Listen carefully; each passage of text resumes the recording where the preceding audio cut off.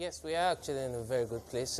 Looking at oil prices, but the dip was mainly due to the dip in oil prices, which we've seen recently. But I think the FF reserve is still very comfortable for Nigeria as a nation.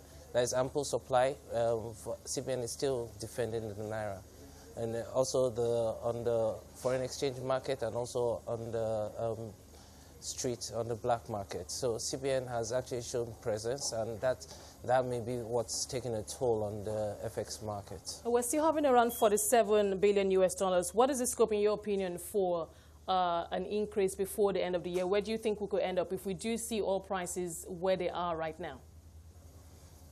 No, for the end of the year, I suspect prices may remain stable. I don't see any major shocks in the market because the reserves will continue to accrue, and if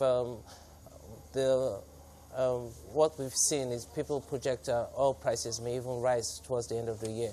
So with that and the CBN defense of the naira, we see stability towards the end of the year. Okay, let's talk about the fixed income markets now. We did see relatively healthy system liquidity, but we saw some bearish trading at the T-bills market yesterday. Help us understand how trading played out today. Trading today, it's a bit on the dovish side on the T-bill market, with just a few players buying and selling. What we do expect, it may actually increase tomorrow with the maturity expected. We do expect that CBN would actually issue almost again tomorrow. So we expect that trading may continue tomorrow up until the weekend. Okay, what about Omoma? How would you describe the mop-up activity of the CBN in the last 2 weeks? It's actually been effective in the last few weeks with CBN mopping up what they offer. So that has kept rates relatively stable on the fixed income market. Well, where are we with the yield curve in terms of where we are from the short end to the long end of the curve? It's still a positive yield curve, with the short end rates being lower than the long end rate. We see that will actually continue on the OMO and also on the primary auction. What are you saying amongst yourselves concerning events outside our shores? I'm talking about the U.S. Fed and the monetary policy outside of the country. We saw the Bank of England increasing its benchmark interest rate, and of course we know the U.S. Fed has hinted at 2 more hikes before the end of the year, sometime in September and December this year, in terms of how that could impact on rates, our markets, and of course our foreign inflows. What are your thoughts?